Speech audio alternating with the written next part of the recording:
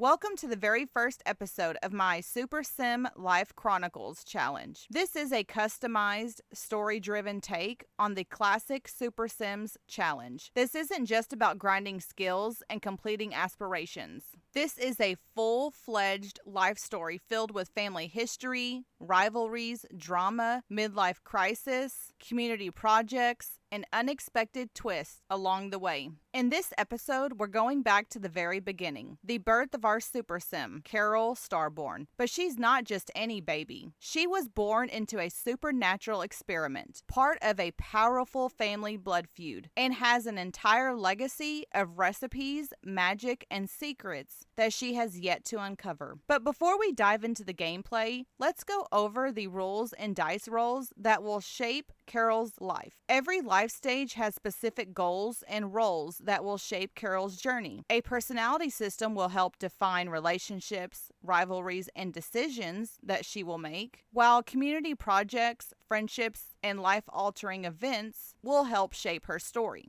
Since Carol was already created before I wrote this challenge, I picked her birth circumstance role. I picked option 9, the experimental baby, because Carol comes from a long line of supernatural family members, and she was a bit of a science experiment, which totally makes sense because she is a half alien with 5 unique inherited birth traits. The next role that needed to happen before I started actually playing this challenge was the family secrets and ancestry role. For this role, I let a randomized dice roller decide, and I rolled a 5, which was the blood feud. This led me to create an entire rival family, which I named the Blackthorne family. After creating this rival family, I jumped in game and began setting up the relationships between the Blackthorne family and the Starborne family so that they had a long-standing rivalry that spanned generations. So what does this mean for Carol? Well, she will now inherit this multi-generational rivalry, but how she handles it is up to her choices in life. Will she be an ultimate enemy, a peacemaker, or even a traitor to her own family? I guess only time will tell. Not only will Carol inherit a multi-generational rivalry, but she will also inherit a multi-generational cookbook that is full of her family's special recipes, which were passed down from every heir before her. One day, when she is old enough, she will learn her great-great-grandfather Aziel Starborne's celestial starbread recipe, her great-grandmother Nelea's eclipse elixir stew recipe, her grandmother Lorena's howling moon roast recipe, and one day her parents' special recipes too. Now that all of the roles and setup for the challenge is complete, let's go back to the birth of Carol Starborne, our Super Sim. Hayley, Carol's mother, gave birth to triplets alone at the hospital. Carol was the second born. Her brother Jack was the firstborn, and her brother Yule was the last born. When Hayley returned home from the hospital alone and with 3 newborns, she did her best to care for the little babies. When the triplets aged up to infants, Jack aged up as a wiggly infant, Carol aged up as a calm infant, and Yule aged up as a cautious infant. And all 3 received their first milestone, and that was the first smile milestone. Hayley was exhausted and overwhelmed with 3 screaming infants and couldn't focus on Carol, the Super Sim of this story. So she called Clement Frost,